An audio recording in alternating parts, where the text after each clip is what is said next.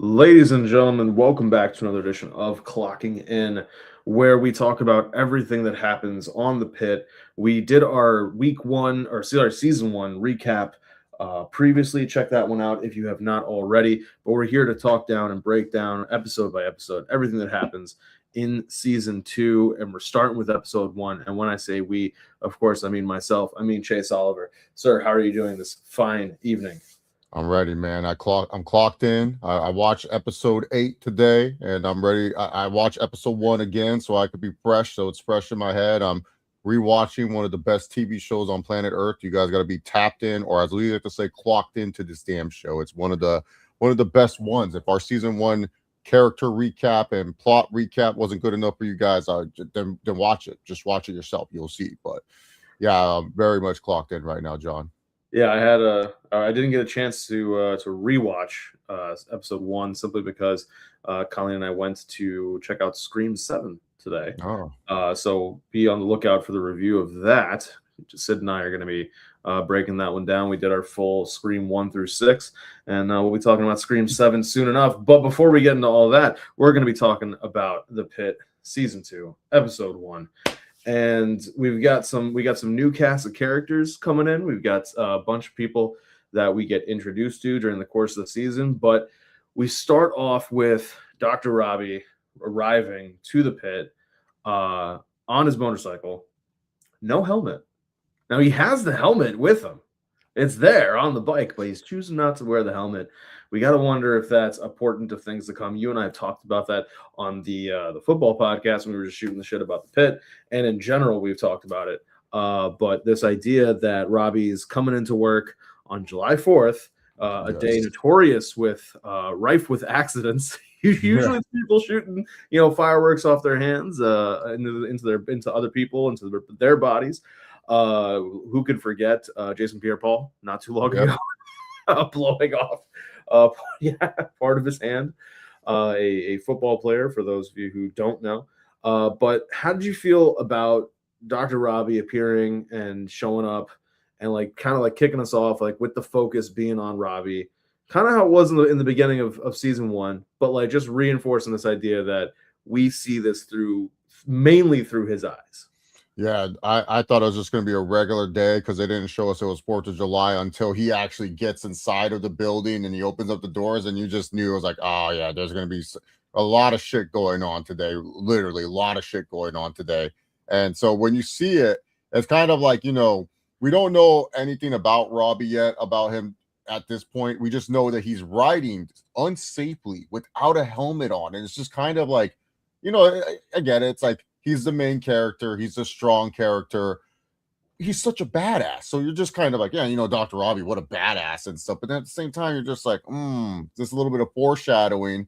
And then as we learn, it's like, oh, he's actually going to be riding his bike across the country and be doing this trip. And okay, so and they did mention about he should be wearing a helmet, or wearing a helmet is cool and stuff. And I think he tells one of his patients that they should be wearing their helmets and stuff. So yeah, it's very interesting stuff. Very foreshadowing of what could happen later this season. Well, we've also got a lot to talk about when it comes to new characters who joined the show, leading us off with like he should have been wearing the helmet because almost as soon as he comes in, he's gonna have to start dealing with some of these new people. So let's break some of them down. First and foremost, we have Dr. Al Hashimi, who is a veteran of the Veterans Hospital in Pittsburgh, where she has worked with, I think it was Slow-Mo and I want to say Mel. Yeah, because Mel was also a VA working at the VA. And she kind of gets introduced really quickly to Robbie. And we find out that there's going to be some clashes between her and Robbie because she advocates more for using AI and having these patient passports that the patient can maintain and fill out themselves, and allows the patient to sort of be a little bit more in the know about what's going on, but also that information gets fed into the system and this AI system, and she's really pushing for it. And you can already tell that there's going to be headbutting between her and Robbie, to the point that she brings up the nickname that he has for the ER, the pit, and says that she doesn't like it and that it can affect patient satisfaction scores. And his response is beautiful. He's just like, "You've been talking to Gloria, haven't you?" And for those who don't remember, Gloria is the hospital admin. She definitely clashed with Robbie in season 1. I liked Al Hashimi as a foil, as like a opponent for Robbie. She absolutely annoys me. It started right off the bat from episode 1. So like that's kind of what she's supposed to do. So I can't, like, similar to how I ranked Santos fairly high last season, 4th overall, because you need somebody to hate. And maybe Al Hashimi is gonna, at least for right now, we don't know yet in episode 1. Like maybe she's gonna fit into that, but for sure we know that she's gonna clash. And she's the biggest or most important new character. How'd you feel about Al Hashimi and what we saw of her in episode 1? Yeah, she's like a perfect foil to Dr. Robbie, because Dr. Robbie, we've seen it in season 1. This guy will MacGyver something. Like he'll like do a bunch of crazy stuff and he will just like figure it out and stuff. Well, Dr. Hashimi, she is very by the book. She's about innovation, about AI technology. And Dr. Robbie, he's not against, I don't think he's like fully against it, but he's against like AI doing everything, yeah, it's fine if you want to use AI for certain things, but the way that Dr. Hashimi comes in, it's almost like she wants it where it's like you use this app, you use the AI, the artificial intelligence and stuff, and like it could be wrong, but it's easy to fix. It will make sharding, it will make patients go by faster, and that's what Gloria wants. Gloria, as we know in season 1, she was getting on Dr. Robbie's case about, hey, you gotta get this turnaround faster. You gotta get this turnaround faster. We gotta get some open beds so we can serve the waiting room that's out there and stuff. And so perfect foil and perfect annoying character for this season, where it's just like, obviously there's something with her, and we'll learn more as the episodes go on. But for this introduction, it's almost like, man, this is the character I'm going to hate this season, because she is just so much like, and it's especially too, I think when it comes to AI innovation, there's a lot of people that are against AI. But I think what makes it more annoying is that she's an older person that is for AI. So that makes it even more annoying, because normally it's like, let's be real, it's like these younger kids that you'll see, they promote AI, but this older person promoting AI, and not just artificial intelligence, but with people's health. This is an emergency hospital. These people have serious conditions that come into this emergency hospital. These are things you can't mess around with. So, it is like a very good conflict of interest. I like that they've added like a character that's trying to be, progressive with like certain technologies that, like, let's just face it, they're taking over the work. AI is taking over the workforce. Like whether you like it or not, it's going to take over the workforce and stuff. Like, heck, freaking this whole platform we use, YouTube, it's all AI algorithms and shit. Like if you catch this review, it's because of the AI algorithm. It's like, yo, you've been watching Pitt videos. Here's a review of us two talking about the Pitt. Like, that's just how it works. So I do like her as a foil to Dr. Robbie, and she does a great job at kind of just being annoying, but also too, sometimes she says something, you're like, she's kind of right. Like, you can't really hate her that much, because she's like, she has a point. It's not like she's just stubborn. She does have a point of what she's saying. In some respects, like, she is correct, and so for a lot of it, like, you can feel Robbie is looking at her like, I know I'm supposed to work with this person. I know that she, like, I can tell she's smart, right? He can tell that from a baseline level, she is smart. It's just like, you can see how he's saying, I have my approach, she has her approach. Let's see how this works out.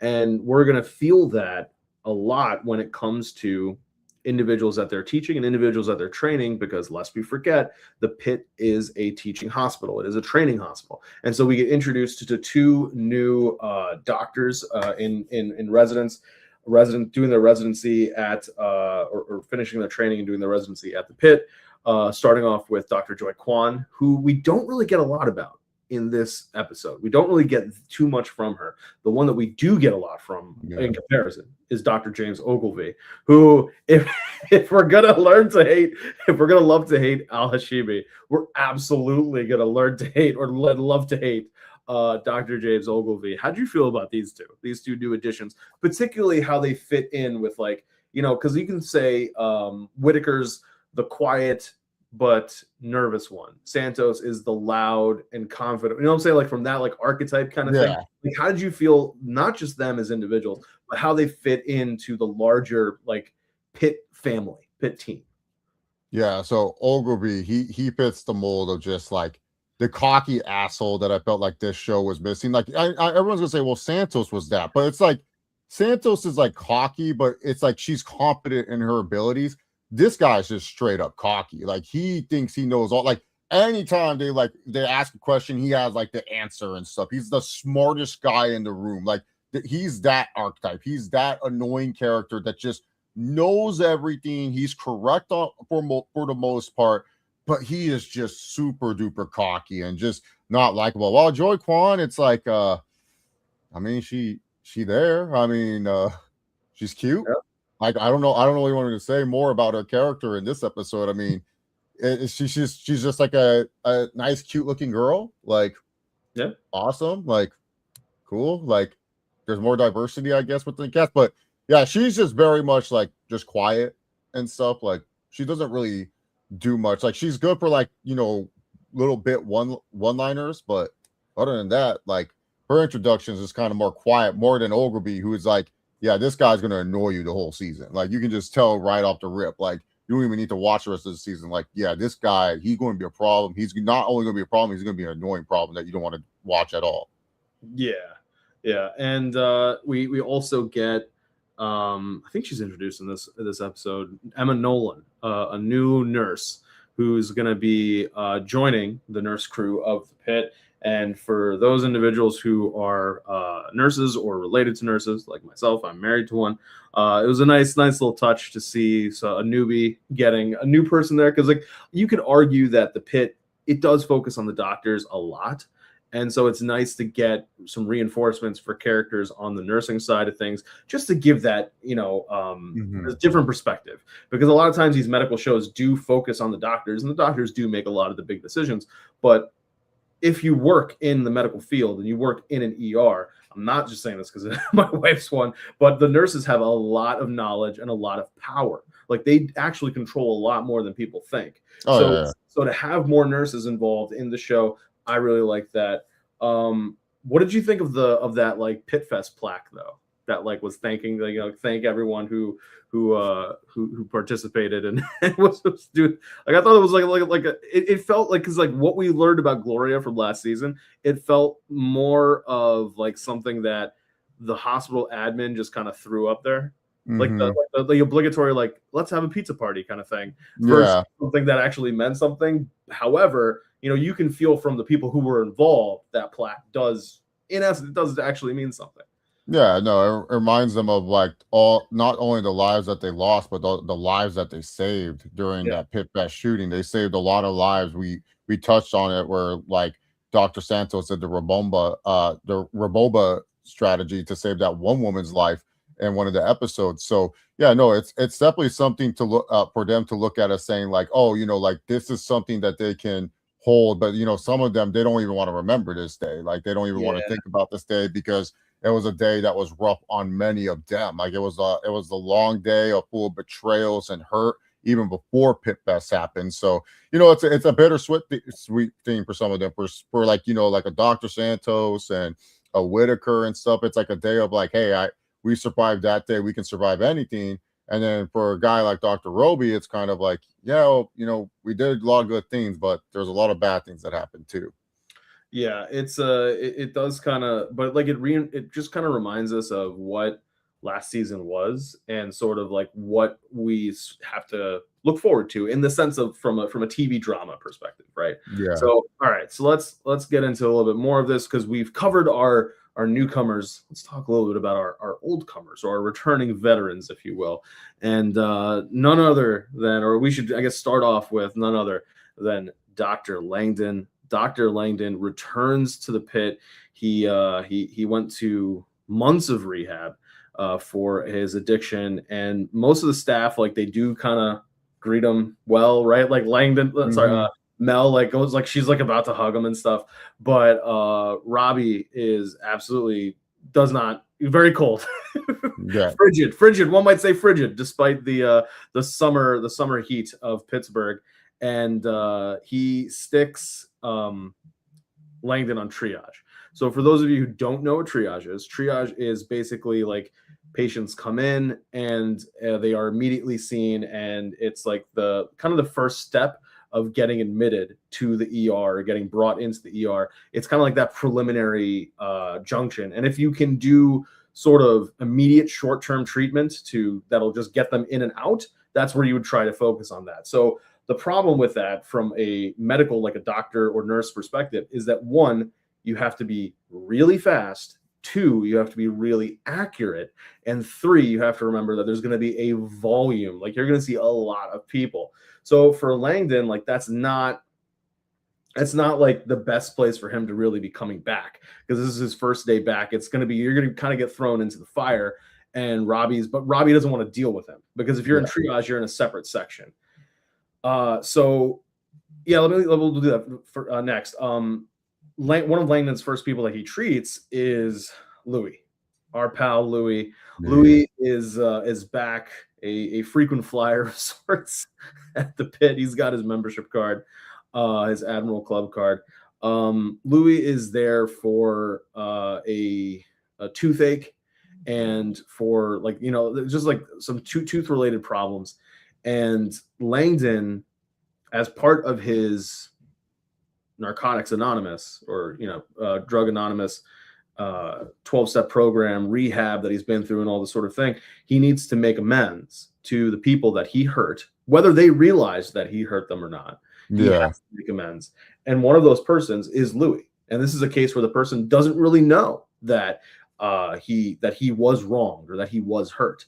And this is because in the first season, we found out that over time, Langdon was stealing Louis' medication. He was either overprescribing him or just straight outright stealing medication from Louis. And so he's trying to apologize to Louis. And,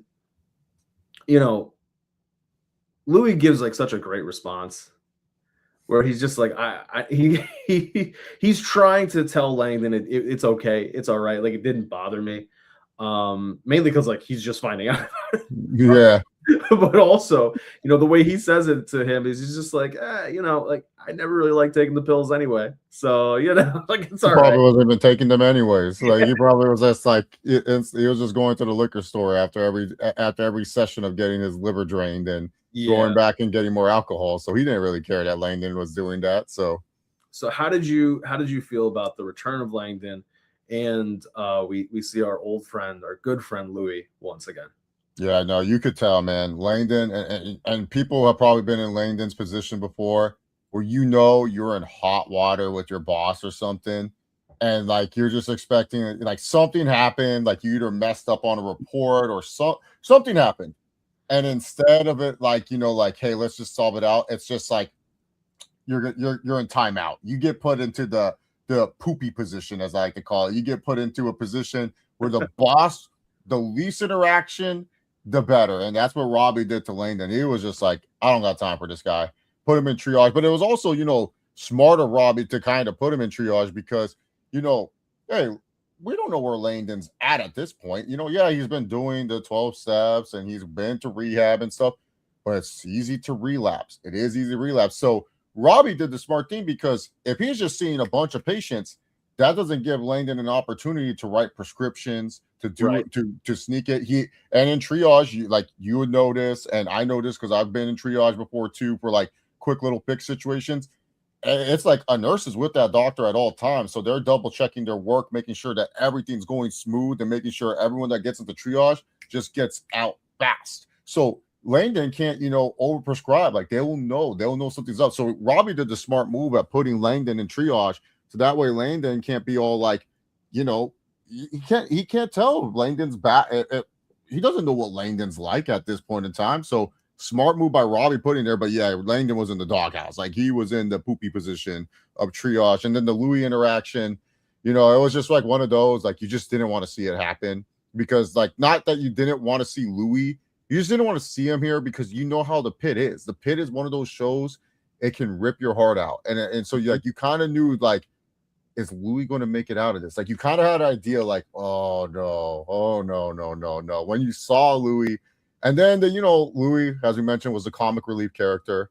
You know, he just makes us laugh. He goes, "Oh, it's all right, Doc. I never liked taking those anyways, and so I just want my tooth fixed." And then he's like, "Yeah, we'll get your tooth fixed, Louis. We'll get you back there and stuff." So they have to go ahead and get Louis back into the pit. He gets into his usual ER room, and he's getting ready to get his tooth fixed and everything. So he was able to get treated. But yeah, Langdon telling that to Louis, like, we don't really know how Louis feels about it because he's drunk most of the time, and like he's already like his emotions are already killed. So we really don't know how Louis actually feels about Langdon stealing his medication. It's just like for Langdon, it's good, but for Louis, it's just kind of like we don't know if Louis really felt betrayed by that or something. Maybe he was just being nice by saying to Langdon, "It's all right, Doc." Like for all we know, that could have been like shit.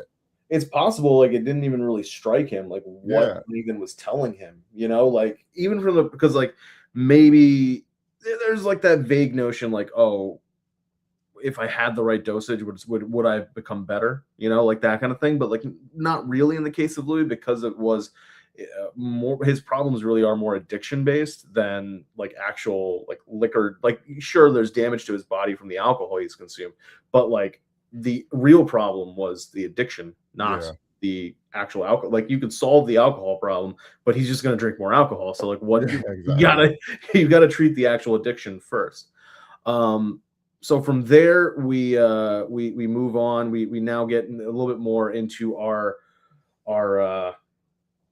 returning faces, and there's a the Pitt's gonna do if there's one thing the Pitt's gonna do, it's going to find a way to show off the fact that they have the best special effects department arguably in television. And the way they're able to week in and week out come up with different ways to show both the disgustingness of the human body as well as the incredibleness of the human body, as well as the simply like fragility of the human body, is really incredible. And this week, what we deal with is someone with a massive chest wound. They have to perform a thoracotomy, which is manually massaging the patient's heart. And we see a clash here between Al Hashimi and Dr. Robbie, because Robbie's willing to let like some of the student doctors get involved, like a lot more involved. And you would think that she would remember that it's a training hospital, it's a teaching hospital, and so you do have to teach them, right? Like, and one of the best ways to do that is in the field. But at the same time, she is a little bit more of the theoretical side of things of medicine when it comes to teaching and then using the AI tools a bit more. So how did you feel about the in essence, like the open heart massaging that had to happen? It was a good start to the season. I mean, it was just something that it was like, because like Dr. Robbie, he's very much like he trusts the people that they put in his care, that like these aren't some schmucks. Like they know how to handle the situation, and even if they don't know how to handle the situation, they'll get trained to handle this situation and stuff. So yeah, like I liked it. I thought it was good. It was like one of those where it's like, oh, okay, we're diving head first into this. It's not nothing basic. It's literally just like, here we go. We're gonna try to massage the heart and make sure that this person can still stay alive. It's like crazy. It was just insane. Yeah, because like the Pit, like they film it on the Warner Studios, and like it's literally like a legit hospital. Like it's like like they say it's like the technology they have there, like they're gonna donate it to actual hospitals when they're done with the show, because this is like a legit like it's not all fake. Like it's real shit that they're using and stuff, and they're so good at it. It's just insane. Meanwhile, we have the tribal chief in training. He gets to deal with a fun one. There's an elderly man who arrives in an altered state, and he's got what's called a POLST, which is physician orders for life-sustaining treatment. And basically, what this is it's like it's sort of a DNR, like do not resuscitate kind of thing. Hmm. But it's also kind of giving you, in order to get to the point where you have to make the decision of whether you're going to resuscitate or not, there's certain steps that have to happen beforehand, right? Like they have to be able to be in a situation where they're dying. And so a pulse basically is a list of instructions that person has approved that for what you can and can't do. And so because of that, the student doctors, particularly Ogilvy, wants to intubate. Like they really want to try to save this person's life, which, to be fair, is the kind of correct decision from a doctor standpoint. Like you're supposed to try to save the life, but at the same time, you're supposed to be respecting patient wishes. And so because of that, Whitaker steps in and overrides the instinct to intubate, and we have a really beautiful scene mimicking one of the early season 1 scenes where a patient has passed away, and they take time out of their day to remember that person. And in this situation, they don't really know much about this individual, but there is something to be said for, even though you don't know someone, you can try to give them dignity in death, or dignity in passing away. And it's a beautiful idea here that it is Whitaker who does this, because for those that may not remember, in season 1, there is the scene where this happens, his phone goes off, and he feels terrible about what happened. And so here, not only is he the one leading this scene, or leading this remembrance, or this moment of reflection, he also has the line where he goes, "Make sure your phones are turned off." Yeah. It's just, and what I think is beautiful about it is the shot in the background of Robbie. Yeah, just watching on, proud of him, because especially because he was saying, he's like, that's someone's brother, friend, son, maybe a father, maybe a grandfather. And so we have to treat their life with respect and dignity. And Robbie's just back there, just like a proud dad, like, I taught you right. Like he's so happy that like Whitaker picked that up from him and stuff. Like it's just very, very strong opening scene and stuff. And it sucks too, because it's like, dang, dude, like these student doctors, we don't know much about them. And this is like one of the first scenes they go dive into is like, oh, someone died and stuff. Yeah, and we will have that the person who, because one of the things that started us off in season 1 was the quote unquote like the bed checks from nursing homes in the area and things like that. And that's what the situation of what's happening here. And then we will get that individual's wife. She also is brought to the ER, and like she has Alzheimer's. Yeah. So they don't fully understand. I guess they don't fully realize, because different people deal with Alzheimer's in different ways, in the sense that the amount of time that someone is lucid is different per person, and what they remember when they have lucid moments and when they're not lucid are also different for different people. So it's kind of tough to understand where somebody is until you get to know them better. Or where somebody is until you get to know them better. And they try to tell her that her husband has passed away, and she loses it. And then almost immediately she's like, "Why am I here?"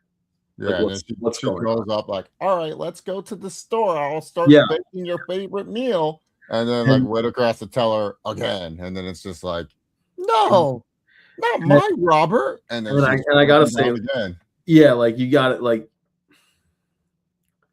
I don't know who else I would want to have dealing with this than Whitaker. Yeah. But at the same time, there's nobody else I want less having to deal with this than Whitaker, because he's such a nice person. Yeah. It's just like, you just don't want to see Whitaker lose it. You know what I'm saying? You don't want to see Whit break down, because that's like, if Whit breaks down, you're like, who is there anyone among us who could remain strong enough?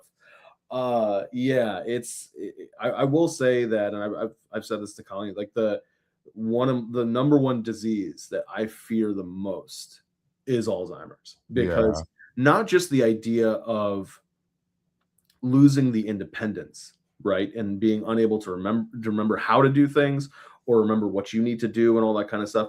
But the idea of forgetting who you are and forgetting Mhm. who you were and all of the things that happened in your life. Like, for example, if I had Alzheimer's, I'm sure you and I are going to continue to do our football podcast and continue to do the Pitt breakdowns for years and years to come.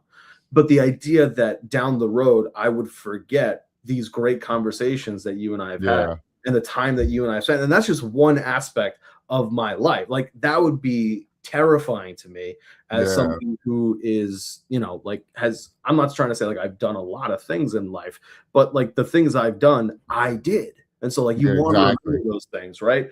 So like that was a tough one for me.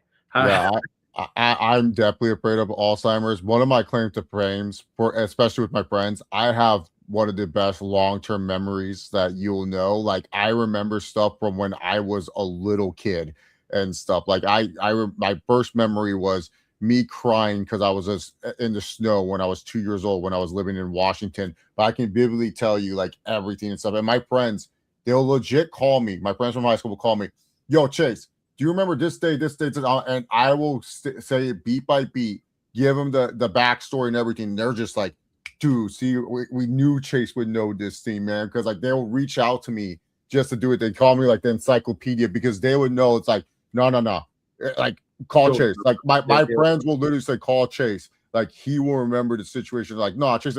They'll be like, how do you remember this? And I'm like, I don't know. Like my brain just stores information differently. Like I can remember things. I can remember when I first ever interacted with True Heat. I can tell you it was a negative interaction. We didn't see eye to eye on one conversation, but I'm one of those people. I don't look at it differently. We just had a difference of opinion at that time. It's Sure. okay. Now I'm on this channel on the True Heat Sports Entertainment channel. I do stuff for True Heat every once in a while.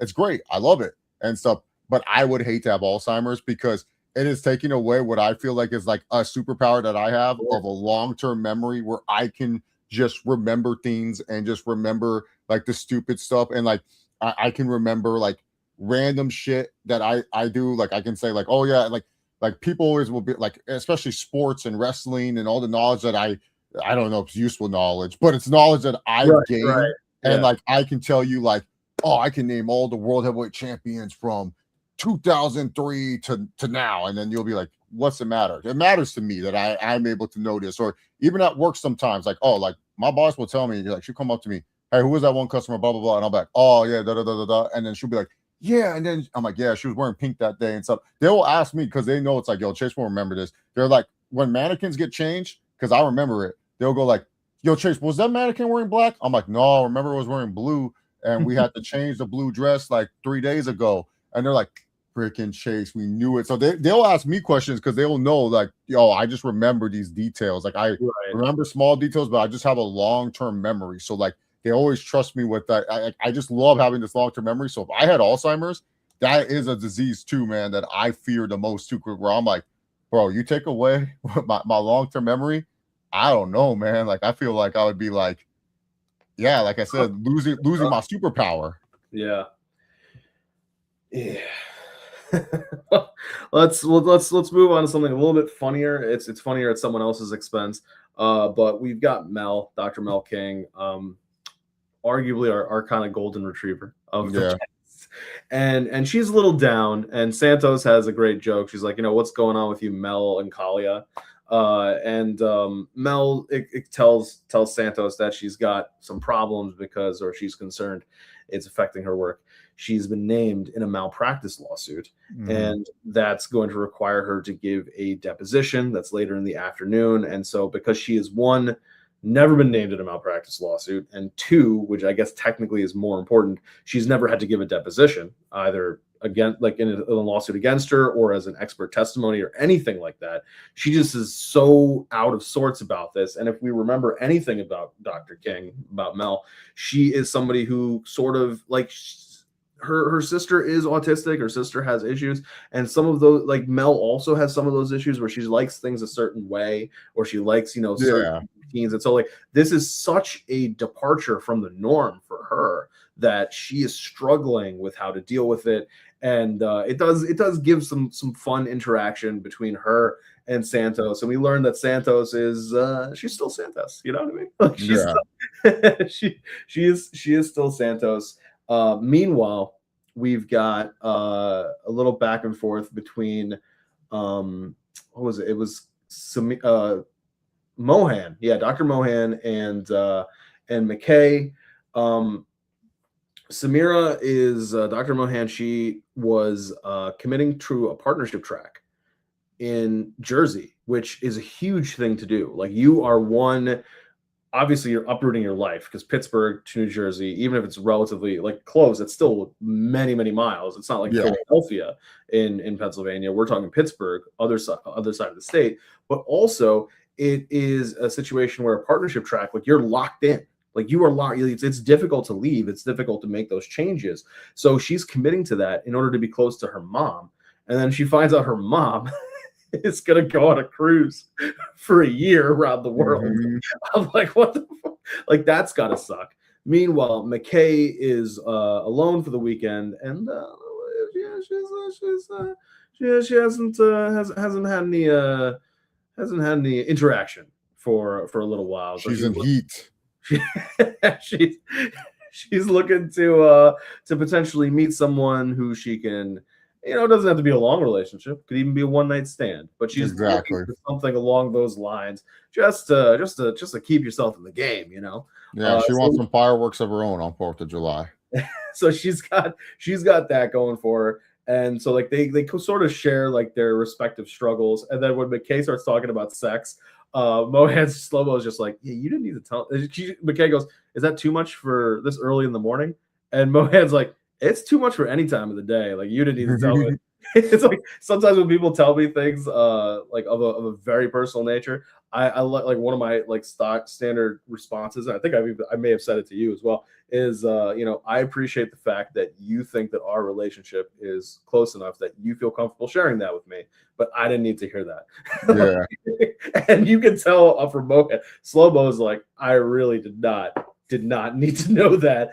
But if McKay is going to seek out or potentially get any sort of one night stand hookup sort of thing, maybe she can get it if she attends the 21st birthday party of Dr. Javati, because Javati is turning 21. And as soon as the nurses find out that she is turning 21, shout out to the nurses start trying to figure out what they can do to get this girl a party. Javati's like, I really don't want to have a party. I don't want to do anything, but nurses are not going to turn down the opportunity for a good time.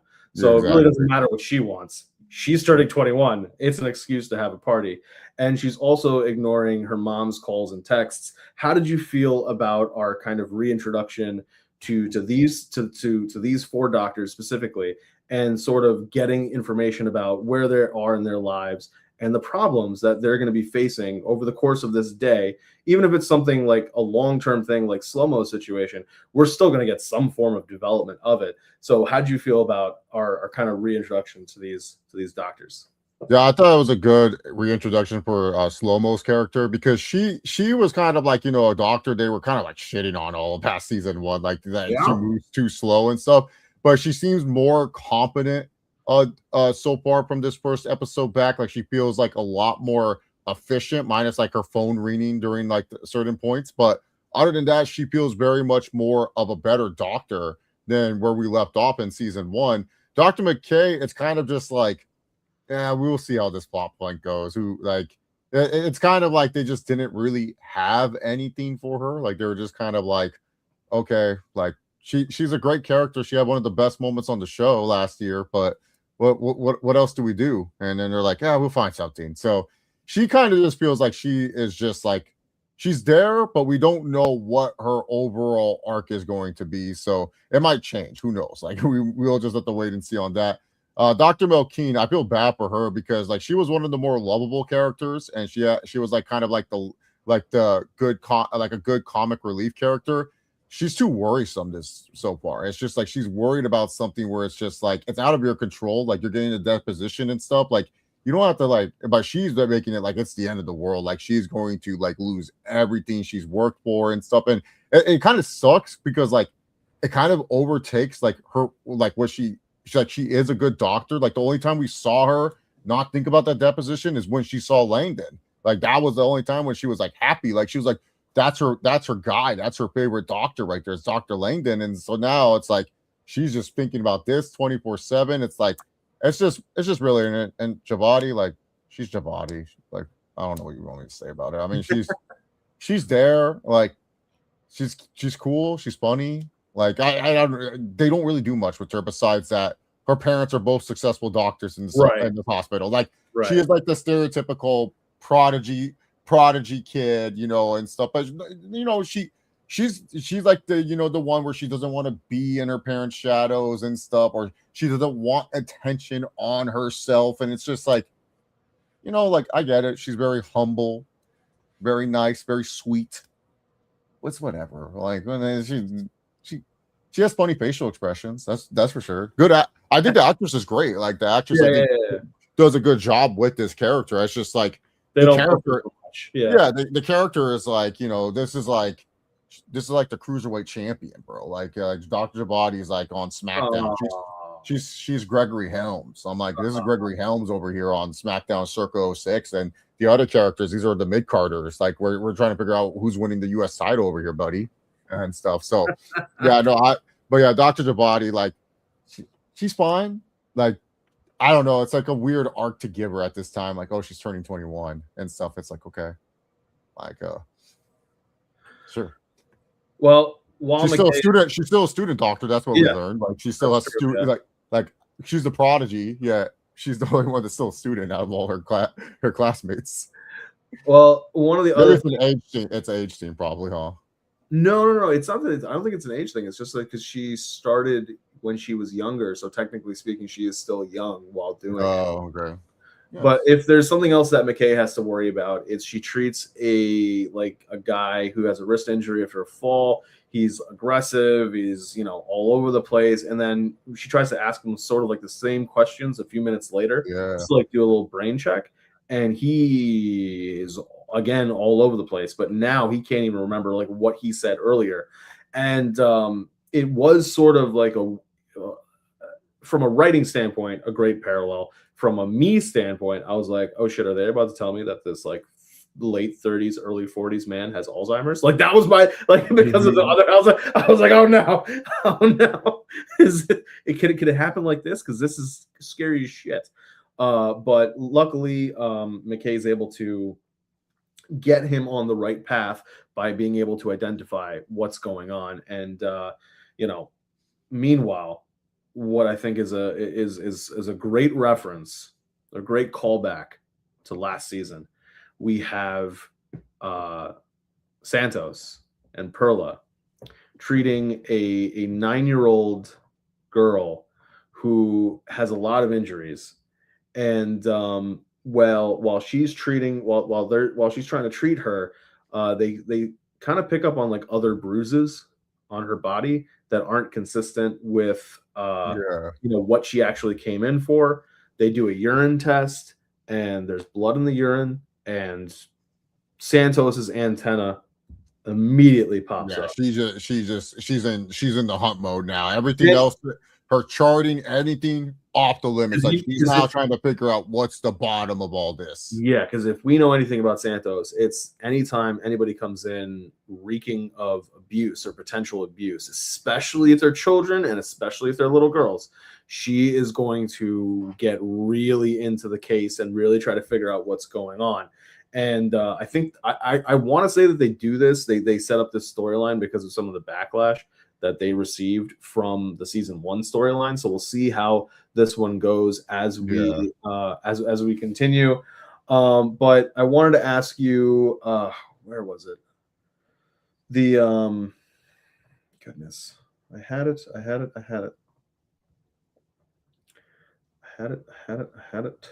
Oh, the Liam guy who fell off his bike and is trying to flirt with Mel.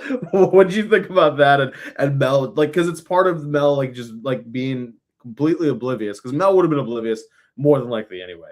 But because of what's going on with the lawsuit and the deposition, she's really even more out of it. What you think about that back and forth? Yeah, it was a cute little scene. I kind of liked it. You know, it gave something for Mel to be distracted by. But I was like so confused by that scene because I was all like, Dr. McKay kind of revealed to us that she is looking for someone, and then all of a sudden Mel gets the guy that's like flirting with her. Like I don't, I just thought it was kind of weird. Like it was just like, shouldn't it have just been Dr. McKay in this situation, not Mel? Like I get it, they want Mel to keep her mind off something, but yeah, it was pretty. It was nice. It was harmless. I like when the Pit when they will bring like these tension breaker scenes because like some scenes like it'll be way too intense and you're like, okay, where's like the funny like where's Louis asking for the sandwich? Like I need something to like break this tension. It's getting too much. This was just only the first episode, so there's not really too much tension scenes, but it was nice, you know, just like seeing Mel, like trying to flirt with the guy. But I was just kind of confused because like they set up before that, Dr. McKay is kind of looking to flirt with someone, and then all of a sudden this nice looking guy is flirting with Mel, and I'm just like, oh, okay, that's weird. Like, why is she put in this area and stuff? So sometimes that'll be my only annoyance with the Pit. They'll introduce a plot point for one character, and then another character picks up that plot point, and then you're just like, wait a minute, like, why were you building up for this character just for this character to get? You got it's because they want us to be like, damn. They want you to have this reaction. It's because they want you to be like, why can't McKay catch a break? Or in this case, why can't McKay catch some dick? You know what I mean? Yeah, like right. that's kind of what they're saying. Like what does McKay got to do to be able to pull this off? One other thing. Let's see. Is there anything else that? Oh yes, they added because of Doug Driscoll last season punching Dana. Yeah. They added that hula hoop safe word, which I thought was really cool, so that the nurses are able to say like things are getting out of control or whatever the case is, call for help and things like that. They added that, but that leads us to the cliffhanger for this episode, and it's Doug. Is it Doug? Why am I forgetting his name? God, it's the nurse practitioner. Donnie. That's I knew it started with a D, and I'm thinking of Doug Driscoll. Donnie finds a baby. Not the way that most people would get a baby added to their lives. Spoiler for you guys, I hate this storyline. It's the worst scene of this season. But Donnie finds a baby left behind in a bathroom, and he's like, "Is anybody missing a baby?" And so they rush to start getting the tests done on the baby to make sure everything's okay. Get formula, get all the sorts of things that the baby's going to need, and we end on this weird cliffhanger where they are doing a whole bunch of tests and blood work and things like that, and we get some of the results back, and it's Al Hashimi who is there with the baby, and she sees the test results, and like she's just like there's like I don't know how exactly to describe it, because it's not like a look of fear, right? But like it's some kind of look of shock or speechlessness or something like that, or awe. I don't know, like, but she is unable to talk really and to say like what's going on, and there and Slow-Mo's like, Dr. Al, like, Yeah. okay? And so we leave on just like this cliffhanger of what's going on with this baby. And what a great way to keep people tuned in, because I mean, you may not like where the story goes, but in the moment. Oh no, I'm talking like, about if you watch. I hope nothing happens to that baby. Yeah. But how did you feel about the start of the baby storyline? Yeah, no, it was good. It was just like, holy shit, someone left a baby there, and it is something that is sadly is not uncommon. Like I unfortunately, when I was getting treatment one time, someone did leave a baby behind, and I could not believe that. Like I was pissed. Like I was just like, damn, I couldn't believe that when I was hearing like the nurses talk about it and stuff. I was like, what and stuff. So when that happened, it was like, man, that sucks. But like Dr. Alashimi, where she was kind of like this, like you kind of learned that like if she sees something that's an abnormality, like other doctors won't pick this up, and so we kind of learn with Dr. Alashimi, if there's something that's abnormal, it really freaks her out. And so Yeah. like we didn't get to see the test results. Like we just learned we learned more about it obviously in episode 2, but something about it really got to Dr. Alashimi because we will notice like as her character develops, like abnormal is something that something triggers in her brain when something abnormal happens because she sees something that the other doctors don't see, and something in those test results were so abnormal, or it was like so like such a little percentage, and that's how she is. She's analytical. Like the small percentage really freaked her out to the point that she just lost herself after that. So and you know, like Slow-Mo was trying to get her to like get back to Earth, and then obviously we left like, you know, she wasn't back to Earth. Like we just got the black screen executive producer, blah blah blah. But yeah, no, like what you kind of learn with Dr. Alashimi here is that like she has like this weird, I don't know if it's like a fear, but she when she sees something that's abnormal, she shuts down. Like she literally shuts down, and it could be something so minuscule where it's only like the smallest percentage of something that could happen, but she might be someone that just looks at the worst situation at all times, and we don't know much about her Yeah. of like why she does that, but that's probably how she is, where she's just like she looks at it and she just mentally shuts down and stuff. So she saw something that we didn't see, the other doctors didn't see. The other doctors looked at it like, oh, these are normal tests, but there is something that Dr. Alashimi saw that really confirms something seriously wrong with that baby, and we'll have to wait and see as the season goes along, like what happens with this baby. Yeah. So how did you feel in general about this opening episode for the Pit? Like just in its entirety, kicking off the season, getting the ball rolling. What were your thoughts on this one? Yeah, no, I thought this episode was a pretty solid start to season 2. It was like nice, kind of relaxed, kind of got you back into the flow of things. You know, like even like Joy and Overby, they were complaining, oh, it's so slow, it's so slow. And then Whitaker was saying, oh, well, we haven't gotten the nursing home people yet. We haven't got this rush yet and stuff. So it was kind of nice just to have like a nice slow moment where we got to catch up with these characters. Because keep in mind, like Pitt's filmed in one shift. It's not filmed in multiple different days like most other med dramas. It's one shift we get with these guys. We haven't seen these characters technically in like a year. Like, and it's literally been a year since these characters have interacted in front of us, but they've obviously lived their lives and have done different things and have moved on or gotten better, so on and so forth.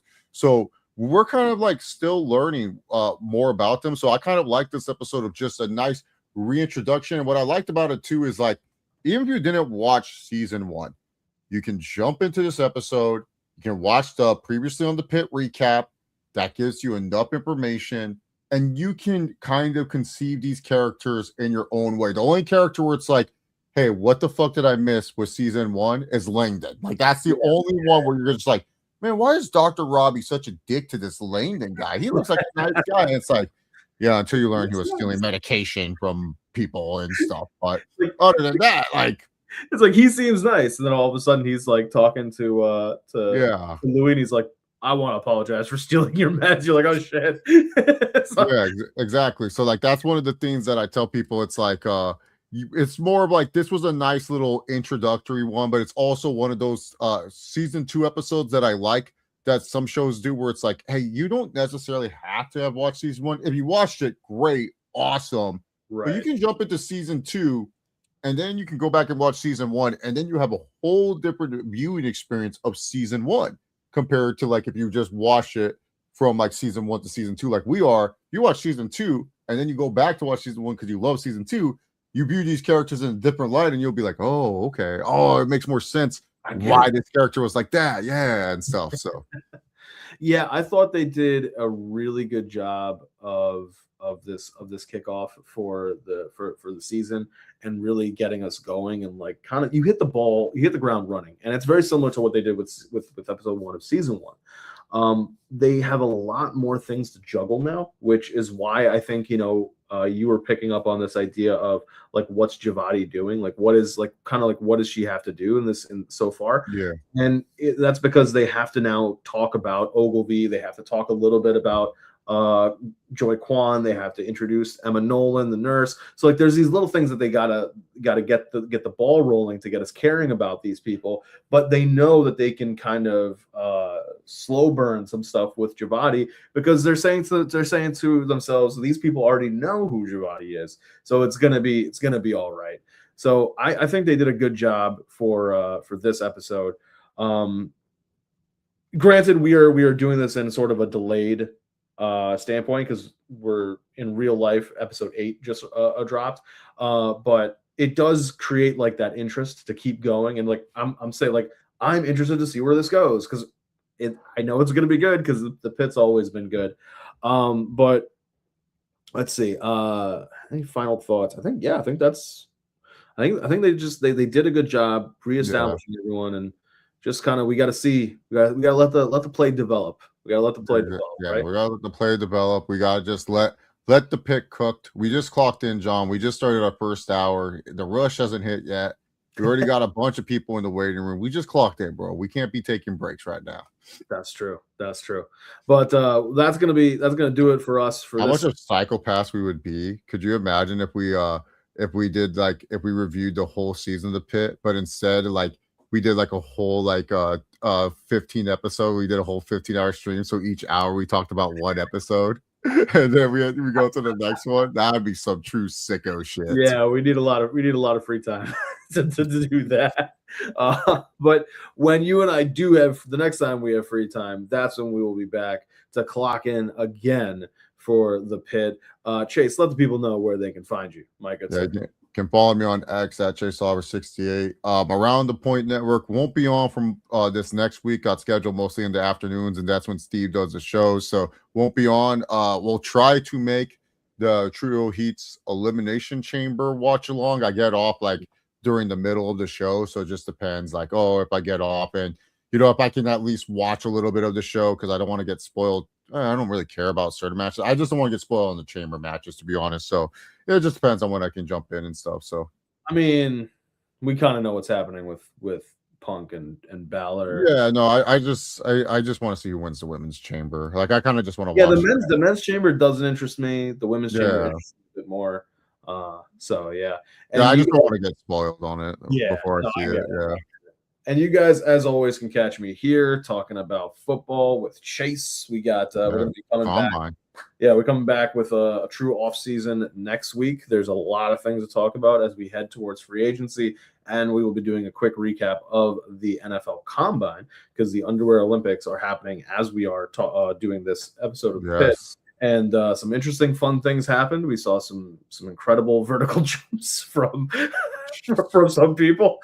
A lot of other players. Use D linemen, bro. Like how these high-ass verticals this year. I'm like, bro, what the heck? We saw some great. We heard about some great interviews that different players had. Namely, Kenyon Sadiq apparently killed all of his interviews. So hopefully he moves up draft boards.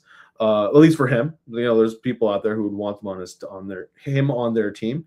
But also, you can catch the review that Sid and I did for the first episode of True Headphone Heat, where we talked about The Fall Off by J. Cole. And then, as I alluded to earlier, we have our Scream 1, 2, 3, 4, 5, and 6 reviews. And we will be coming back to you soon, Sid and myself, with a Scream 7 review. I think I saw the movie today. I think he's watching it not tomorrow. I think he's watching it on Sunday. So he and I will probably figure out sometime during the week to bring a Scream 7 review. We got a fun season ahead of us. Oh, dude, I can't wait. Fun season ahead of us. Don't worry, guys. Some of these episodes we'll combine them. One of my favorite things to do is to start arguing with Colleen about like medical laws. It's so fun. Like not to get too far ahead of ourselves, but when the parents come for the kid who is having the psychiatric episode, and parents another plot point I'm annoyed of. Just move on. What are we doing? But no. The parents are going like, we'll check him out. Like it'll be fine. and I think it's I forget who the doctors are that are saying it, but they're like, yeah, we put him under involuntary psychiatric hold. I hit the pause button, and Colleen and I probably had like a 15-minute discussion about the concepts of involuntary psychiatric holds. What is the legal ramifications? All that kind of stuff. Because like she's approaching it the way she should, right? As a medical professional, I'm approaching it from the way I should as a legal professional. And like, what is the law, the letter of the law, right? So like the spirit of the law.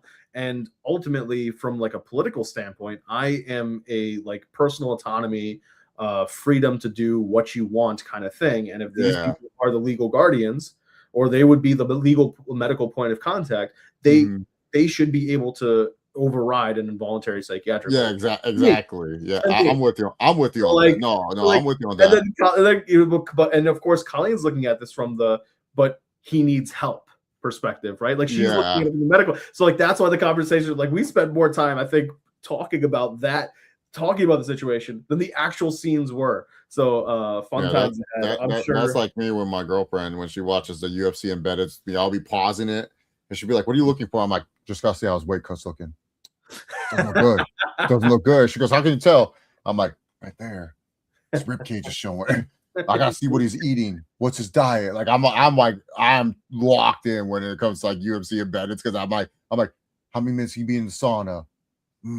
I think he only did a 20-minute sauna. How can you tell? They only showed like 5 minutes. I can tell. Not enough sweat. I'm such a dweeb when it comes to that, so I get it. I feel it. All righty, ladies and gentlemen, that's gonna be enough yapping from myself and Chase. Until next time, remember, take care of yourselves and each other. This has been Clocking In for the Pit, Season 2, Episode 1. Until next time, catch y'all later.